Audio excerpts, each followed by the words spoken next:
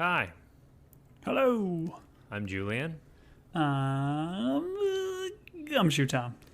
We are Team Binge. We are here to talk about Bad Monkey Season 1, Episode 6. This episode is called Yo, Would You Tell Miss Chase I Still Love Her Like Crazy? Nailed it. I did nail it. Thank you. I have about the same acting chops as the gentleman that plays Cody does. So I would like to touch on some differences between that character and the book character, but where we ended with the last episode was the paramour of Bonnie's, Cody, showing up, and he's the one that's been driving around that sweet black Blazer. Paramore. Classy word. Well done. I believe they're not just a band. I believe that Paramore is also someone's lover, maybe? Or it's a parachutist. I'm not quite sure. But we'll break down this episode, and we're going to do it by storylines this time because going back and forth is crazy confusing. So, let's talk about Yancey and Rosa. First off, Tom, forgive me, I forgot to check your pulse. I know you're alive, but how did you feel about episode 6? I liked it. I thought it was fun to kind of separate the storylines like they did in this one. We still jumped back and forth throughout, but essentially it's Yancey and Rosa. It's, I was going to say Bonnie, but what's her real name? Clover? Clover and Cody. I'm and going then to call her Dragon Bonnie. Queen. Yeah, fair enough. And then Dragon Queen Neville and all the other stuff that's kind of going on in the Bahamas. But again, it's still a lot of fun. Like they're doing a lot of stuff with the characters as we know them now. I think I'll get to it later. I have it somewhere in the outline, but I'll just say it up front. I did kind of find it annoying that in like posters for the show and trailers, they clearly show Yancey being like booked, right? Where he's in that white background with like how height or how tall he is. Sure. So you kind of knew he was going to get caught, and it kind of would have been more fun if you didn't know for sure if that was going to happen. But here we are. You feel like the promotional media for a piece of, a show or movie ruined the movie. You feel like that's what happened here? Yeah, I wouldn't say ruined. I just felt like that's kind of a big thing of him kind of being on the lam, but he was going to be caught because of the kind of main poster for this movie or the show if you ever look it up. Sorry, that's why generally if it's a movie I'm going to watch in the theaters, like Deadpool and Wolverine, for example, I'll watch the teaser trailer just to kind of see what it's about, but then I'm not going to watch anything else because I'm going to see the movie, so why spoil anything? Yeah, I did a poor job with that joke, but I was trying to point out that this happens with like everything nowadays. You watch a movie trailer and it's like, oh, here are all the good parts of the movie we'd like you to go see. And you're like, well, I just saw all the good parts, so I will pirate it off the internet or borrow someone's streaming password. So no thank you, Hollywood. Well, it's tough. I read the book, so I knew what was happening. What I will say about this episode, thanks for asking, Tom, is I'm still enjoying it. It's well acted. It's fun to watch. Obviously, it's funny. There's a lot of jokes. I do feel like we've slowed the pace a little bit. Like we've kind of, and once again, I'm looking at episode 6. I'm like, okay, we've got to get through. My math's not always great, but 7, 8, 9, and 10. And I don't know. So I'm a little bit concerned. I felt like we treaded water on this one. And Zach Braff is dead, so I'm mourning his loss. But I'm still enjoying it quite a bit. But the mystery's gone. Clasper's still around. What? Yeah, Clasper's still around, right? The other doctor from Scrubs? Sure, yes. I didn't remember his pilot name in this. Yeah. I don't remember. He was a terrible doctor in Scrubs, but... He's a terrible pilot. Well, that actor's got a niche. We'll just say that. He doesn't show up and you think, oh, that guy's competent at a lot of things. Other than being a sweet hang, it sounds like, although no one wants to hang out with him. I hope he gets his own episode. That'd be dope. All right. Because he hangs out with dope runners. So there's the joke there. Nice. All right. Let's dive into it. Let's talk the Yancey and Rosie storyline first because, obviously, Yancey's our main man and we like spending time with him. Yeah, he's Yancey the Mancy. What's that? Yeah, he's Yancey the Mancy. Yes, good. Thank you. I'm glad I stopped and went back for that one. Rather than driving by that, I stopped, I rolled down the window, I went, wait, one more time? And then, honestly, I wish my window didn't work. I jumped through the glass window. Traffic. All right, so Florida looks great when you're driving through it. I'll just say that. Anytime they're on this road surrounded by water, I'm like, oh, that seems like a pretty good time. And then I'm like, what about hurricanes? What's the upkeep like? And then I remember we live in a state with no water. But Yancey calls Roe for help. Roe doesn't want to help. He's headed to Roe. I felt like the betrayal was a little bit forecasted throughout this. Roe played this like a Judas that's about to give up Yancey in this situation. I don't know. Yeah, he's like very quiet and calm in certain moments, but I like Yancey's like response to him. He's like I'm really in a jam. It's like, no, maybe even in a pickle. And as he says that, like obviously it's kind of a funny line here, but we get later on his dad when he's talking to Bonnie talk about like there's some kind of pickle speech and we don't get it, so it's being teased. So I like the idea of him kind of saying he's in a pickle, and maybe that is relating to his father's story we'll get. Right. I kept thinking when they were doing these conversations with Roe that the camera would pan out and the sheriff and like the other cops would be there doing the whole, that's good, you did the right thing, you brought him in. But they cut that. I know they shot it, but they cut it out because they wanted us to be in suspense as to whether or not Roe would Judas him. Well, it seems silly where like he's on the lam, right? He's running. They're looking for him. Like you figured you'd be really in close contact with Roe, or you figured you wouldn't go back to your house and they would have somebody on it thinking you're going to come back. But that's exactly where he goes. I think he's possibly thinking that Roe will warn him rather than lead him into the jaws of the lion, you know? So I don't know. This all leads to Yancey going home, and this is where Cody and Bonnie are hanging out. And I believe Yancey sees him, doesn't know who he is, and tackles him, which if you're getting tackled by, based on this show, 6'6" Vince Vaughn, I gotta be honest, it makes me doubt the scene in Wedding Crashers when he gets laid out. I don't think Bradley Cooper is laying out Vince Vaughn that easily. I don't believe it. Big tree fall hard, man. Big tree fall hard. I'm gonna see the Dalai Lama. Seeing a Buddhist about it. The way they filmed this tackle was just grade A takedown. Like no notes. Like the way they like cut essentially to them hugging and then just falling over onto the table was great. Then you can even hear Vince Vaughn like say, just let it happen. And he's trying to like tie him up. There are some lines he uses that are directly from other Vince Vaughn movies. Just let it happen. And like, I don't know. There's other times he said something where I'm like, I'm pretty sure you've said that in other movies. And it's just so great. So great. So you wouldn't call him for targeting. You don't think he led with the crown of his head when he took him down? No. He had good form. And I think he pretty much fell on Cody on the table. So the table broke Cody's fall. Sure. And I think this is the narrator, obviously doing a lot of work in this show, is he has to give us what Bonnie is thinking, which I think Michelle Moynihan's a great actress, but the narrator does do a lot of work in this episode of like giving us her inner thoughts, which I think right here he gives us some clue into why Cody is hanging around the house.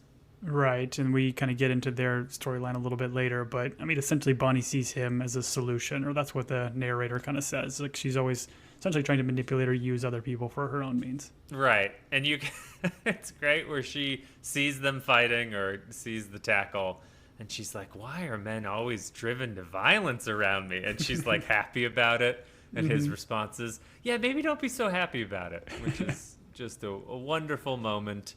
Yeah, but a through line through the show, right? Like it's all these men are just going crazy because of the women. Yep, the Dragon Queen, Bonnie.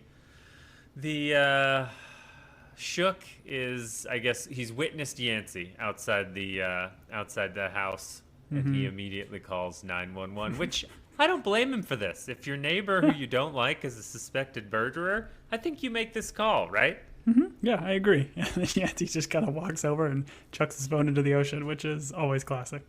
Yeah, you know what? I'm starting to feel for Shook. I think Shook is slowly, the yellow has grown on me. You know, I know that it's like psychologically staring at yellow makes people angry, but honestly, I just find it soothing. And I think the federal agent, when she makes fun of it later on in the episode, I think she's being unfair. I think she's she's overstepping her federal jurisdiction by making fun of his god-awful house. Well, she finally got to see it during the day. So great. All right. This all leads to Judas, Roe, betraying Yancey, who gets arrested. Mm-hmm.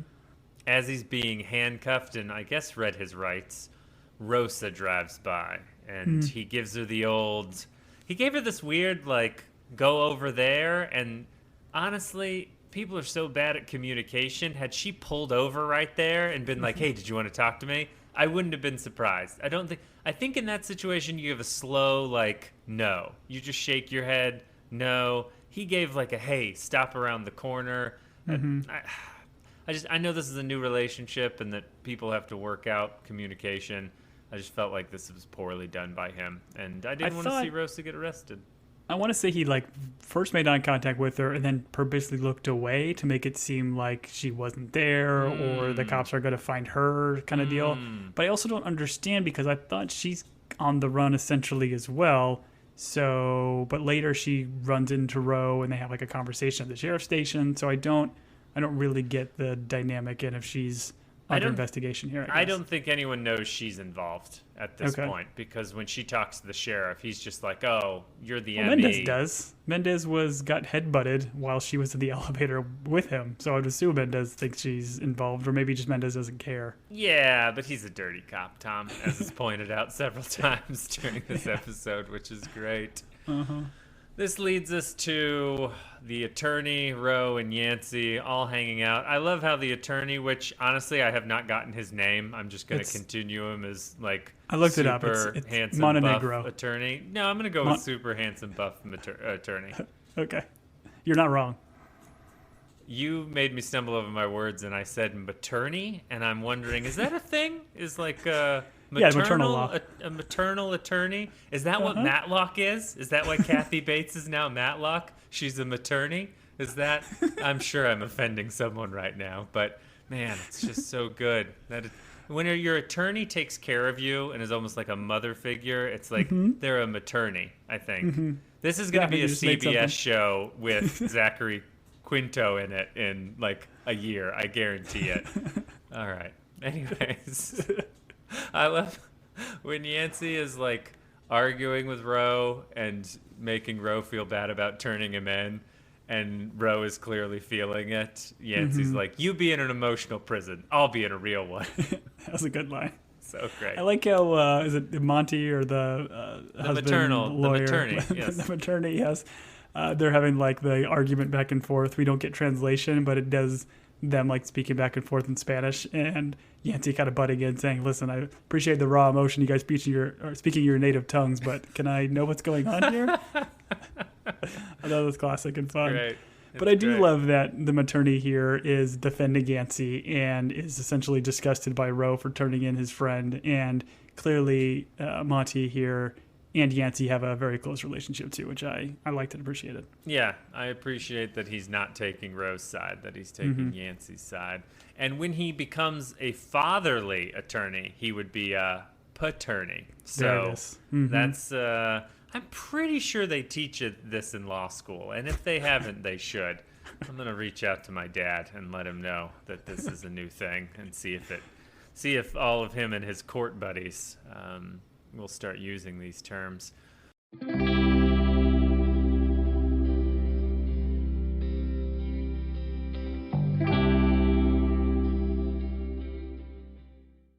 My dad works in B2B marketing. He came by my school for career day and said he was a big ROAS man. Then he told everyone how much he loved calculating his return on ad spend.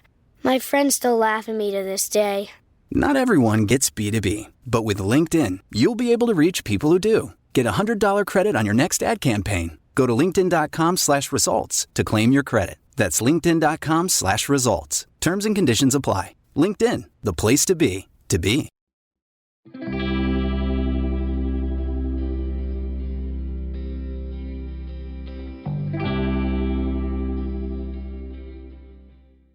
We have the scene with Yancey and Mendez, and I thought Yancey was going to talk him into it. I thought there was a moment here where Mendez was going to see the light. Yancey's like, listen, everyone can look at you and know you're a dirty cop. Mendez is like, I was dirty. I can't, but now everyone knows. Like, Yeah. I don't know. You were a dirty cop. It's like, yeah, but no one knew it then. That's so good. Yeah. I thought he was going to turn him. Instead, he just leaves him in those jail cells. Those jail cells looked, I got to be honest, pretty comfortable, pretty clean. Like, Yeah, you get to spacious. talk to your neighbor if there is one. I don't know. Felt like you could make some friends there, you know? I would also argue there's probably like cameras around this area in like a jail cell. So probably like having this open conversation with the guy that you kind of sort of framed doesn't seem like a great idea. But, you know, I don't know. I'm new to criminal. That's fair. Yes, you've always been on the side of the gumshoe detective. Yeah. Although you've always told me the way to get into a criminal's mind is to get inside a criminal's mind. So Yeah. Dexter was based off of my life. Right. Well, also the Loosely. CBS show Criminal Minds Matlock Edition, where Kathy Bates is the maternity. Oh, this joke makes sense at this specific time. That show's going to get canceled after 5 episodes, and it's going to be lost to time. So, Kathy man. Bates is a national treasure. How dare you? Yeah, no, she's great. I mean, when they play Not That Innocent, that Britney Spears clip, and they zoom in on Kathy Bates, my emotions are very conflicted. So triggered by this commercial. Well, it's because it's on during football time. Otherwise, I don't watch commercials. All right, here we go. Let's move on. Rosa goes to see Ro, finds out that he's the one that Judased him. And she's really upset. And some things happen in this conversation where you literally see the light bulb go off with Rosa, where she's like, oh, if I can prove the plane exists, then I'll free Yancey from this Judas. And so that takes her over to a airplane hangar, which, what happens, Tom? A plane magically arrives. And what plane is it? Perfect the timing. plane she's Exact one looking we for. need. Listen, I've bought tickets to a plane that is supposed to arrive at a certain time, and that plane that I have tickets for didn't arrive at the specificity of this plane that just arrives. And this plane is full of drug runners, which was I enjoy. What's his name? Clasper. I Oh, love when he gets out of so the plane and he's just sitting there taking like, or having small talk with all these drug dealers, and essentially just wants to get a beer, wants to get cerveza with some of these guys, and nobody's in on it. He just wants to be a friend. He just wants a Yeah. friend. How would you feel if Bill Lawrence multiple times in your life called you up and was like, "Hey man, make another show. I've got this character. Essentially, no one likes him. No one wants to hang out with him." And he's like, "Oh, are you doing Scrubs again? Because I played that doctor. This is the same part." And he's like, "Listen, it's not Scrubs again. It's a different show. But you're essentially playing the same part. No one wants to hang out with you." And he's like, "Hey, Bill Lawrence, I'll take the part. Do you want to hang out?" And Bill's like, "No, I'm real busy, buddy. But I'll see you on set. Good luck. Here's a paycheck." I mean, you pretty much described all of Jason Mantzoukas' career. Okay, that's fair. That's fair. Although I think Jason Mantzoukas' characters, some of them are a pretty good hang. Like, I don't He's know. that fantastic. they're- He plays like the crazy person with the big eyes and wild hair and beard so well. Right. Oh, yes, that's fair. I put them in different categories, but I see what you're getting at. I don't mind being typecast, and I'm sure people don't mind it. It's just Sure. it's fun to know your lane and just crush it. Oh yeah. No, I'm sure this guy is. I'm sure if I went on his IMDb, he's in 1,000 things. But, anyways, I love him in this. Rosa examines the plane. There's like a stressful moment where she's almost caught by the drug runners, and in the end, she opens the door and Neville falls out. Who we haven't talked about his storyline, but he's clearly got a bullet in his chest hole. Yeah, like So- Tarantinoing it right here, right? We show Right. Neville's shot, but we don't know why yet. Oh, that's a good look at us. We're so edgy and wild. Hopefully they give us a award for podcast outline going. No one's ever done it like this before. Are there podcast awards? Is that a thing? Should we admit that Yeah. we don't know that that's a thing because that means No, we've no, it's never a been thing. nominated? It's just a real pleasure to be thought of, you know? It doesn't matter if we win or lose. All But they right. haven't thought of us. Yeah. Well, they Yet. probably haven't. This is our year, buddy. Well, if one of the 10 people that listens to us tells them, we've got a real shot. Speaking of shots, Neville was shot. We have a flashback And this is Ro, like, dealing with his betrayal, his Judasing, as we've said throughout the episode. Is Judas a verb? It can be on a podcast that no one listens to and we make on our own. Yes. So down on us. Well, I'm sober, Tom, so I think that's the real issue here. So we have this lovely flashback of Yancey showing up, giving Rose kids presents. I thought this was really cool. He explains the red lights regarding the turtles. And this stems from Ro going to put his son to sleep, and the stuffed turtle is there. And Yeah, I he's did just a not turtle, know this, yeah. the explanation about the lights and the turtles. Did you know this? I'm assuming this is true. It doesn't feel like in 2024 that they would lie to us about turtles. They lie to us about everything else. Space, the shape of the earth. It's a cylinder, folks. I've changed my mind recently. It's now a cylinder. And then this was real, right? Yeah, I mean, I think they maybe didn't explicitly explain it as he does here, but he talks about like the red lights and them not going to like a white light and the reasoning behind it. But it's more touching the way he talks about being the guiding light for the turtles and them finding their way. Kid asking him like, "Who is your guiding light?" And he essentially says like, "I don't know, but I always kind of follow your dad here, and it hasn't gone wrong yet." So very touching, very very nice moment. Very lovely.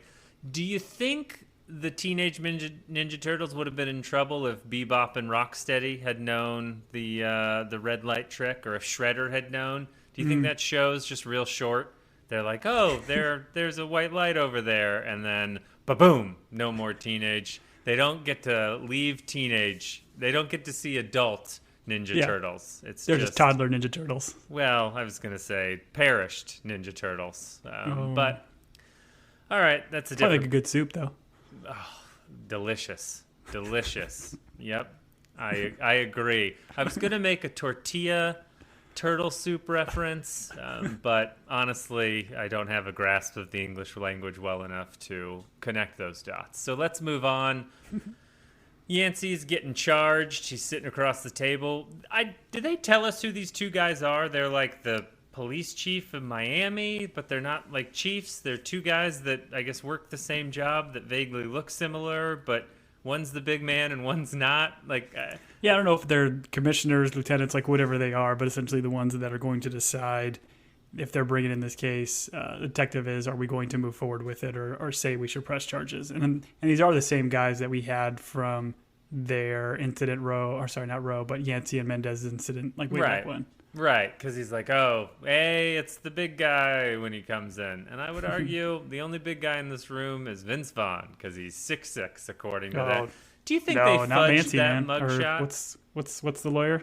Oh, yeah, that's true. He's a big dude. I'd have to see him stand. I'm going to send an email to the studio and see if they can give us a shot of them standing back to back to see who's taller. I mean, we know who's more yoked, obviously. Yes. The answer is not me. Okay, so this all leads to the wonderful moment where the paternity, at this moment he's very fatherly, looks through the glass and says, "Why are my children here?" See what I did there, Tom? Because he's paternal to them. Anyways, Ro comes in, and Ro, much like Kathy Bates' Matlock, says, "I talked to the witness, and the witness says there was a one-armed man that showed up before Yancey." And like any good maritime lawyer, Ro throws the book at Mendez, or we find out that Mendez bears the statement, essentially. Yeah. I do appreciate that we get the old lady, I guess, apparently being a big racist, but then mentioning like fugitive, like straight up, where we kind of joked about that. She just immediately calls out the movie as like, "Oh yeah, it's the one-armed man that did it." It was fun. That was very funny, and makes you wonder how Dr. Kimball wasn't able to defeat that one-armed man. I've always questioned it. Honestly, I kind of think Kimball's guilty, if I'm being completely honest. I think the He's guilty of being a terrible fighter. Right. He fell down those stairs. They both fell down the stairs. He ripped the arm off. He should have won that battle, but he did not. This all leads to Mendez being like, "Well, I've got more evidence in my room, and you're not coming to my birthday party, and I'm taking my ball and I'm going home." And then they let him leave the room. They're all like, "We'd love to see that folder." He's like, "Oh, I'm going to get it. It's a red folder. It's labeled Yancey file. It's on the corner of my desk. And he's like, you're giving us a lot of details, sir. Can you just get the folder? And he's like, I will be right back. And then he does not come right back, and I thought that was funny. Is he on the lam now? Is he running away, thinking that he kind of tampered with this evidence or didn't bring it forward, or he's just saying that I'm going to get some more bogus evidence to try to push this on Yancey? I don't know. It feels like this actor's time ran out, and he's like, hey, thanks for the job, but I have to go do this other movie. I don't know. It doesn't make a lot of sense for him to just run. Like, got it, he buried evidence, but, you know. I'm probably done with this character, right? Right. I think we're I mean, although we have 4 episodes left, so if they give us a Mendez episode on the run, I wouldn't be surprised. I do appreciate, though, at the end where, like, Yancey has that nice moment with Ro. He's like, hey, Ro, you showed up when it mattered. And it was touching. Sure. I mean, he Judased him, but then he came around and he Peter Paul'd him, you know? I was going to say, what's the opposite of Judas? I don't know. Maybe that one makes sense. We'll never know. Caned him? No. No? Not caned him. He abled him? Does not. No, abled him doesn't work either. So. Mosesed him. Knowed him. He created an arc for him. Knowed. Okay, yep. There you go. I know that one. The first climate change incident. I've seen the Russell Crowe movie. Oh, you did? That's if your biblical knowledge all comes from that Russell Crowe movie, I've done you a terrible disservice as your friend. I just have. I failed you. I apologize. All right. Let's talk about Bonnie's storyline. And are you going to refer to her as Clover or Bonnie, Tom? Let's do Bonnie. She's Bonnie in her outline. That's what kind of everybody's calling her. Let's call her Bonnie. I'd like to call her Sea Lover because it's like Clover, but you're separating it like people do with nicknames. But now that I'm thinking about it, I've decided that's a terrible nickname, and I'm going to stick with Bonnie. She's a friend of the ocean, man. All right, Bonnie is headed to the cabin. It's convenient that this vacation cabin just showed up. Yancey's got a property on the water in Florida, in the Keys, and he also has a vacation cabin. You know who's a dirty cop? It might be Yancey. Like, is he getting restaurant kickbacks? How does this guy have so much sweet property? I guess maybe the cabin's the dad's? The way it's shot is, I don't know if it is the dad's, but it sounds like it's like something that's been in the family for a long time. Like, the way the dad's been there and tells the story kind of later. It's very quaint. Quaint meaning it has no AC and lots of bugs. That's good narration. Yeah, the narrator, I mean, not since Ron Howard on Arrested Development has the narrator come in with more jokes. It's or the voice on Desperate Housewives, which I know you were a big fan of. On Mysteria Lane, I believe. So yeah, I can't even make a joke. I don't know. I mean, I know of the I've show. Made all the jokes we could possibly make about Desperate Housewives. I think I've nailed it, Tom. Let's just roll up the window and drive on by that one. Here we go. You're on the gas pedal this time. I'm outside trying to tell a joke. All right, we find out that Cody is writing a book, and this was just lovely. Just lovely. Yeah, I mean, it's essentially like journals, and she goes to try to read it as they're in the car, and she's like, so just flattered. immediately. She's so flattered. Well, it's like you just knew this was going to be bad. Like when he's selling, like, "Oh, don't read that, don't read that." You're like, "Oh yeah, this is going to be." I almost thought they were going to go like a serial killer route where he's like stalking her, even though he is kind of stalking her. I think it's just more of like, he's a scarred young man from his time with Bonnie. But I almost thought they were going to go down murder path. Sure. So you just said we knew it was going to be bad because he was like, oh, don't read that, don't read that. I think that is just a humble writer's way of, like, he knows he's good. He knows he's the next, I don't know, John Hemingway.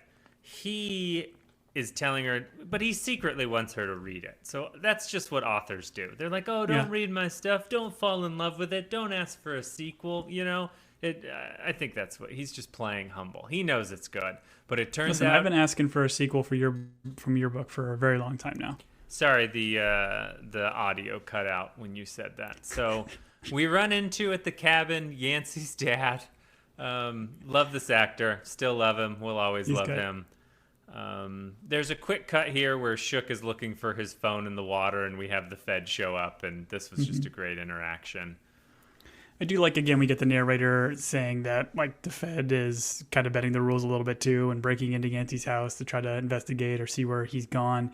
And I do love the zoom in on this comically bad Photoshop picture of the dad and young Yancey at the cabin. And then you've got, like, the name of the cabin, like, sign and all this stuff. It's just like, you didn't really need to do this. And if you're going to do it and zoom the camera in, maybe make the Photoshop a little bit better. I don't know. Well, Apple doesn't have a lot of technology money, you know?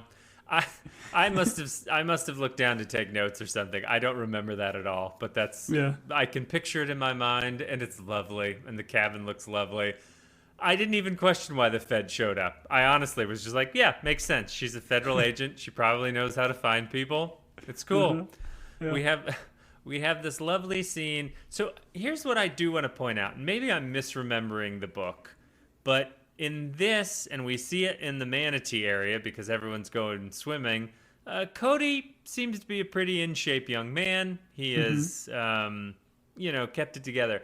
In the book, I'm pretty sure he's like let himself go and is like, he's like an assistant manager at maybe, I don't know, an hourly job. Like, they make him in the book seem to be like life is not going great for him, and that he was kind of his development was arrested at a young age, which the show is diving into a little bit more deeply. I think the book almost makes it comical, like he's a comic figure. I feel like in this show they're making it more like tragic, and it's Bonnie's fault that he is.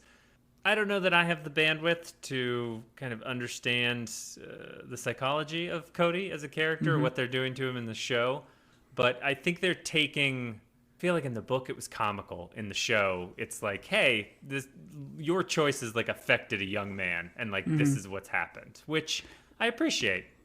Yeah. Well, and they almost kind of, I want to feel like they make Cody still like a young, good-looking man, like, still allow Bonnie to think like, oh, maybe we can have a relationship, or like, because she seemed to kind of be gung-ho and kind of use him some more. But if he was kind of more of like an out of shape guy that was just kind of more obsessed with her, I don't know if she would give him the time of day, at least this version of the character. Right. The manatee area, Tom, as someone who's swam with manatees, I think you've told me you consider yourself a manatee shepherd, I believe is the term you used. As someone who swam with manatees, what did you think of this private manatee swimming area? Yeah, it was pretty cool. I loved Mr. Yancey, or the dad, kind of giving the cool speech about like how long it's been here and how this whole river or lake formed. It was very cool. 4,000 years. I don't know. Yeah, I don't know if it's safe to swim with manatees. They seem to be having a great time. I've seen them at, I think, the San Diego Zoo maybe, and they're amazing creatures. But yeah, they were all up in them. I do appreciate Cody like jumping into the water, screaming cannonball as he dives in. Like, I laughed out loud when that happened, but then the narrator says he did not cannonball. Right. Like, it was so good. It's just something he shouts when he dives in the water. I did, honestly, I think I said out loud, that was not a cannonball. And then the narrator goes, that was not a cannonball. So good. Which was great. I do want to call out here too, because this is like a very heartfelt moment when Bonnie is essentially having this heart-to-heart moment with Manatee. We get this Tom Petty cover of Wildflowers, famous Tom Petty song. Of course, Thomas Petty, huge fan. Love him. Throughout the entire show thus far, and I think there's like soundtrack for it, but for some reason the show's decided to use Tom Petty songs for most of the score and soundtrack, and they're all kind of covers of his songs. So I don't know Tom Petty's from the Keys or what the connection is, but I'm never going to say no to Tom Petty covers. Yeah, I'm a huge Tom Petty fan. I mean, I'm assuming the connection is he just spent a lot of time in Florida because he was on the NASCAR race circuit for many, many years. So, of course, big Tallahassee 5,000 fan. I've been watching that race since I was a young man, listening to Tom Petty while watching Tom Petty drive. So that's how deep my Tom Petty knowledge goes. I'm just now realizing that there was a famous racer. Was it Tom Petty? Is that literally the same name? Tom, let's move on. We're not equipped for this. Let's roll up both windows and just drive because we're going to get emails. Like Tom Petty? We've got a huge, yes, by Tom Petty. We have a huge NASCAR fan base that listens to this podcast because It's Richard Petty. they love. I wish you wouldn't have done that. Now you've ruined it. Now you've given me knowledge. At this point in my life, Tom, I'm trying to have less knowledge, not more knowledge. Thank you. All right. Speaking of people that are gaining knowledge, Bonnie reads Cody's book, and Great transition. My spouse, to quote, says she failed him as a teacher. It's not wrong. It's a great line. I wrote it down. I put it in our outline in quotations, and I put -Julian, and then I was like, I guess I've got to give her credit. So she doesn't listen to the podcast, but I'll give her credit. My wife said that. Yeah, failed her not only as a teacher, but probably just as a general human being as well. Yes, she failed on a number of different levels when it comes to Cody. And she starts to blame herself for Cody's issues. And I think even Yancey's dad at one point is like, you kind of messed that kid up. And he's like, and I've seen messed up kids. My kid's Yancey. Like, Yeah. I don't know. Yeah, their little conversation they had sitting on those little Adirondack chairs, just hanging out by the fire, was very cool. And again, this is where the dad teases the pickle speech, and she like purposely cuts him off. She's like, "No, I'm not ready to hear this now." So I don't know if this is from the book, but I can't imagine we're not going to get this speech later on. Sure. Well, I'm pretty sure this is the speech that he gives Yancey when we first meet his character and they're on the dock fishing. I don't think so. I think that's the manatee speech. I think there's a different one. Oh, you think? I mean, isn't a manatee just a pickle with fins and a tail, you know? I'm pretty sure it's the same thing. And I'm pretty sure manatees love pickles. I'm pretty sure that's why they're so large. In fact, that's why there's been a grocery shortage on pickles, is because the manatees are eating all. And that's why we need to kill all the manatees. Oh, no, Julian. No, pull back. All right. I appreciate that. That's a good analogy. I mean, what is that like but just a big pickle jar? Right, exactly. And as someone who hates pickles, Tom, I appreciate you talking about pickles during this episode, because I know even the word gives you a vinegary taste on the tongue. Unlike those of us that love pickles, the good Americans that love pickles. If you love pickles, you can reach us at teambingepodcast@gmail.com. If you hate manatees, you can reach us at teambingepodcast@gmail.com. If you email us on either one of those things, we're going to give you the other person's email so that you guys can talk about the things you love and hate. And maybe with that, we'll heal this country. Tom, your thoughts? I don't hate pickles, but like I tell my son, I'm still learning to love them. Your son's young enough that he is very confused when Dad talks about pickles and loving them and learning to love things. Your son's awesome. All right, so speaking of people that are awesome, the Fed shows up, and he's like, I'm looking for Clover. I'm looking for Sea Lover. She says, I'm looking for Sea Lover. And Yancey's dad like, I don't know that person. He's like, Bonnie. And he's like, oh, she's out back. I love it. It was filmed so well because you assume like the dad is like covering for her and like trying to like not tell the cop where she is, but essentially he was just confused and didn't know she had another name. Right. It was very funny. Right. He comes off as someone who doesn't want to like tattle, essentially. Yeah. Narc, as the kids say. And he does immediately. And Bonnie, knowing that there's manatees in the water, doesn't use a boat with propellers in the water. She uses a boat that has propellers. Where, Tom? In the butt. No, Tom. What? No, we're a podcast for children. You can't say butt. They're in the butt of the boat. No, the propeller's in the air, Tom. The air. Oh, like what we breathe, what's around us. Not ghosts, but air. Okay, my bad. I missed that one. You did. But the narrator gives she's not facing the music quite yet bit. I feel like I saw that airboat in the background of their conversation. I'm like, this is going to be used as some sort of escape vehicle. And yep, Bonnie, even though she seemed to be having some sort of epiphany, it hasn't fully caught up to her yet. Tom, do you think, well, first off, let me ask you, have you ever ridden in an airboat? I have not. I think I had the option to do it when we traveled to Florida and did like an excursion, but we ended up doing some like kayaking adventure instead. Have you been on an airboat? You said, I like my propellers in the water where they kill the manatees. That's what right. You looked the guy dead in the eye. And he was like, well, we've got a boat with 4 propellers in the water. So you, sir, can drive around that manatee sanctuary. I I have never. The question that came up in our house is: do you feel like you could hop on an airboat and immediately operate it without trying to? Pretty sure it's just a handle, right? Just push the handle forward. Well, I think It's like a plane. It seems easy. Well, the issue is if the nose goes up, then you fly in the air, and then you're flying, and it's like, how do you get back down?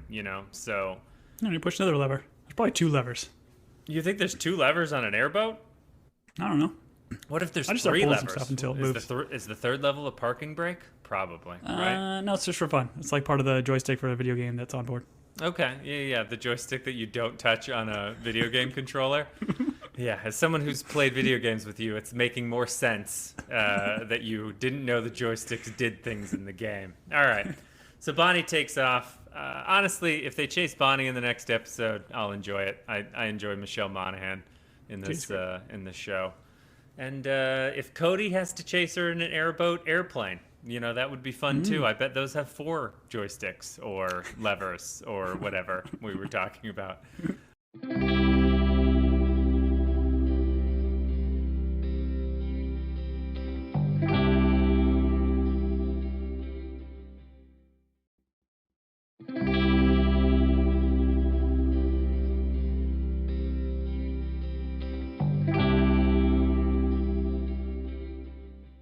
Let's dive into our 3rd storyline, which is the Dragon Queen and Neville, and honestly, some Egg here. So, all right. How do I dance around this delicately?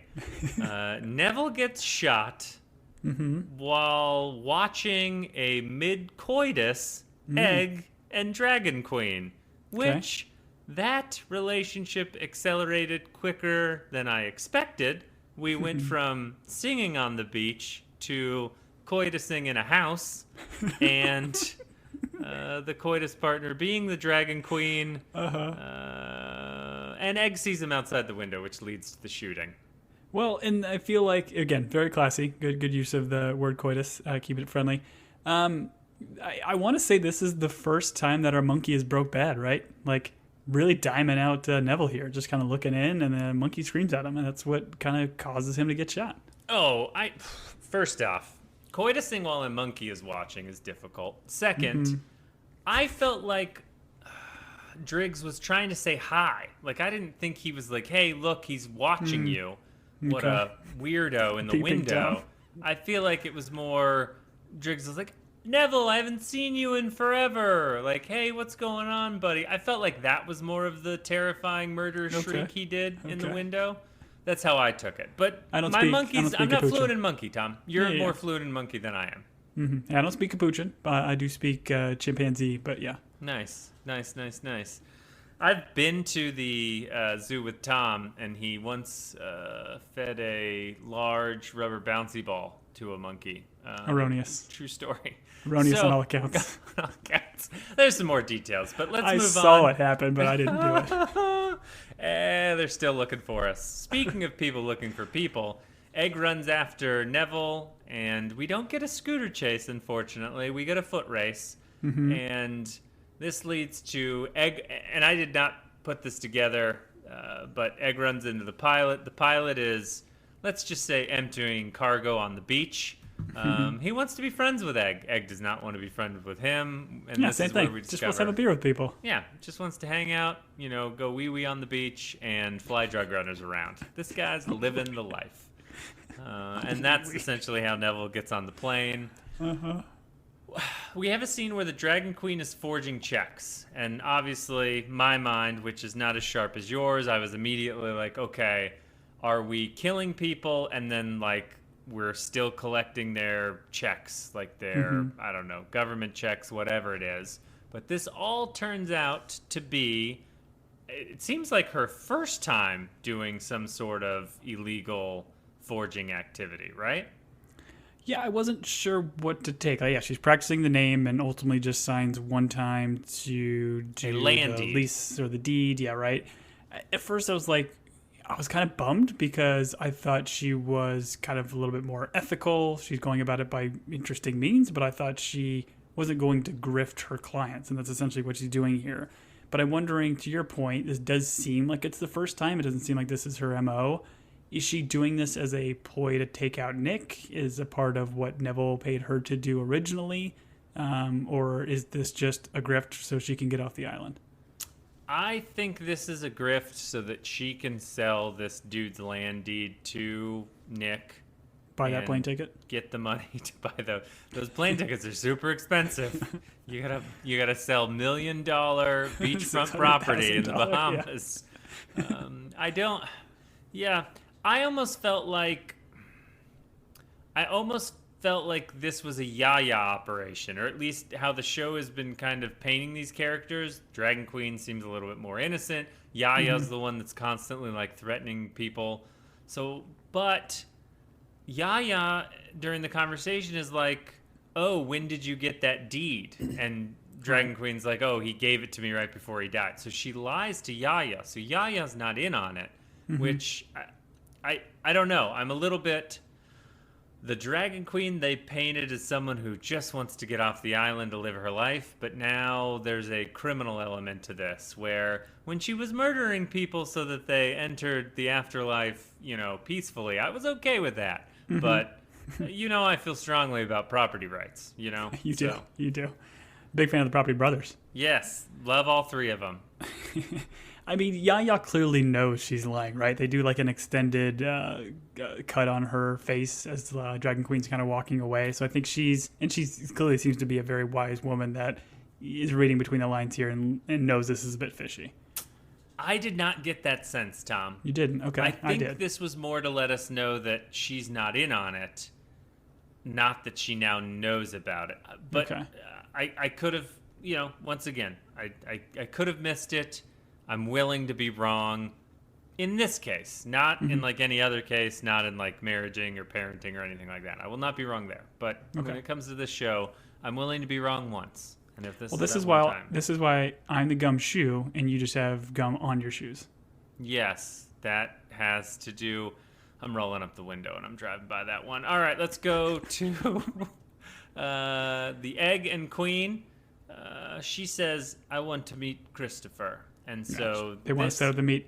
Is she playing Egg, or is she genuinely interested in Egg? Like, or are they just having a fling? Like, what's your take on their relationship? Well, based on coitus, I'm assuming they've gotten married, because the good book says that one comes before the other. So I am assuming they, for time, and because they've got a lot to get through in the next 4 episodes, we did not get to see the Dragon Queen and Egg marriage. Okay. But if I was a gambling man, I would say that the Dragon Queen only likes him for his singing voice and the fact that he has a connection to Christopher, which sometimes is enough to make a marriage work. So I hope those crazy kids make it.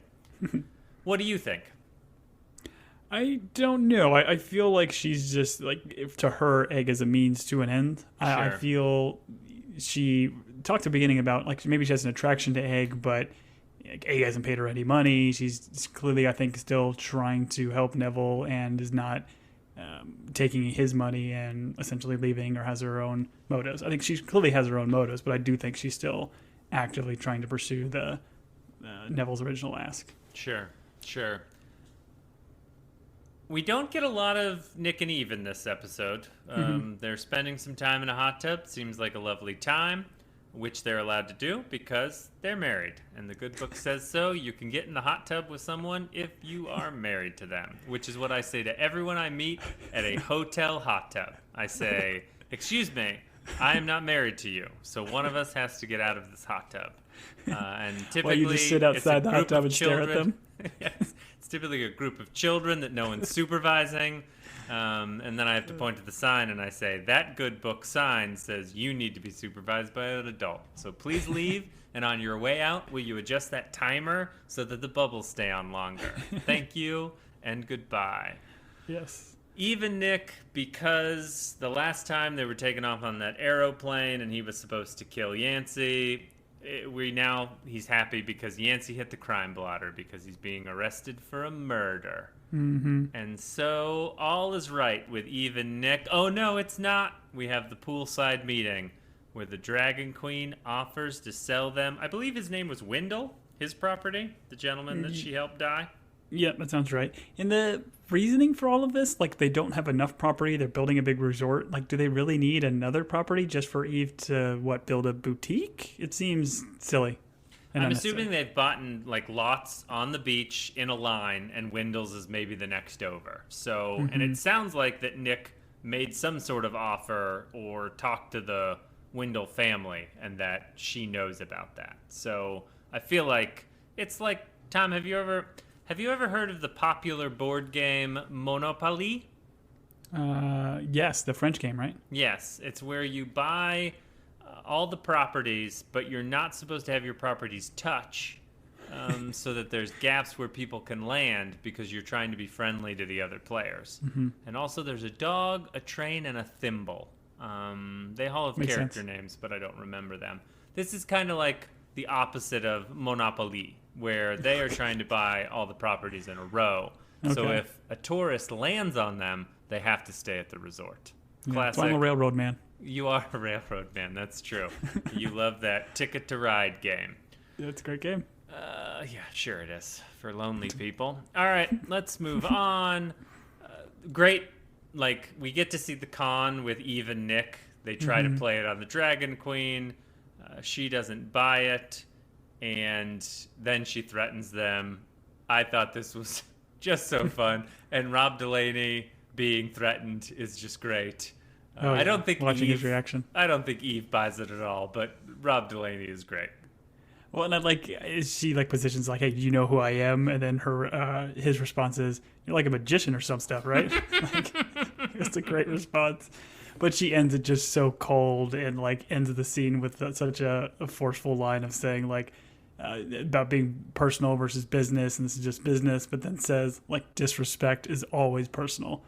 Just great line, and then walks away. Right.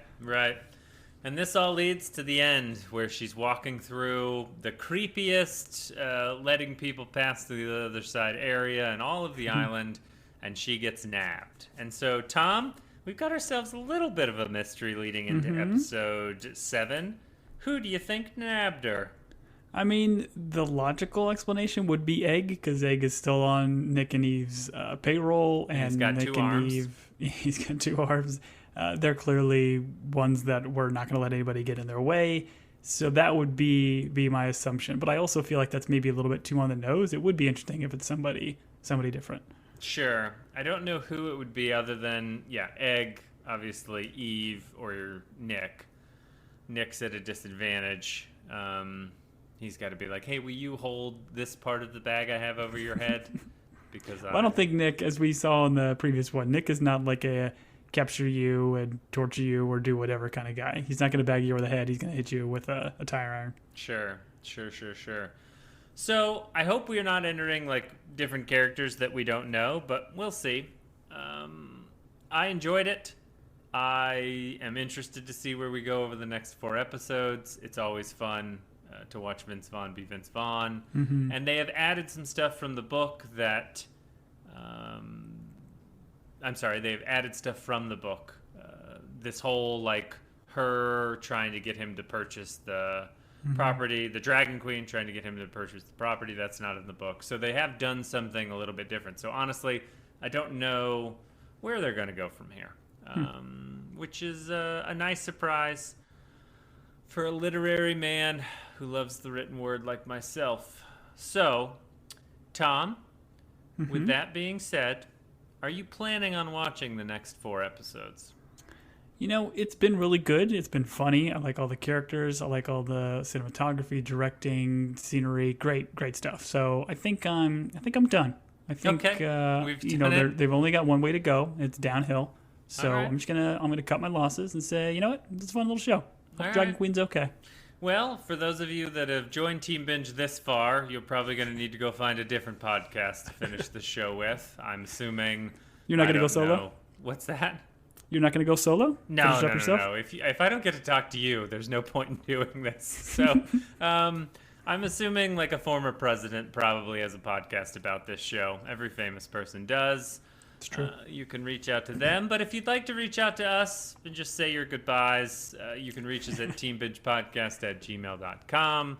Once again, if you have thoughts on manatees, or I don't know what the other thing was that I was trying to pit people against each other on, but you can reach us there. If you'd like to support us, there are t-shirts out there at TeePublic. I think you just have to search Team Binge. We'd love to hear from you. We like hearing from people and their theories and what they think of shows. And then if you have other recommendations of shows you'd like us to try, we're always open. Typically, we are looking for shows that are like recently out or about to come out, or in the case of Outer Range Season 2, have been out for months, and we just need to get back to them. So, Tom, what did I miss? Yeah, you can follow us on the socials at Team Binge or at Team Binge Podcast on Twitter and Instagram. Let us know what you think. As Julian said, if you are enjoying the show, please rate and review us on your podcast platform of choice. And if you're having fun with us, tell your friends. We'd like to try to gain an audience, and it's been fun with this show because I think it's been, we like the murder mysteries because they're kind of fun stuff to kind of solve, and it's a popular one. Seemingly these Apple shows only come out once a week, which is fun for us because we can kind of enjoy it together. And yeah, keep the show going. I'm having a good time. Wonderful. Well, for Team Binge, I have been Julian. And I have been Gumshoe Tom. Until next week, everybody. Goodbye.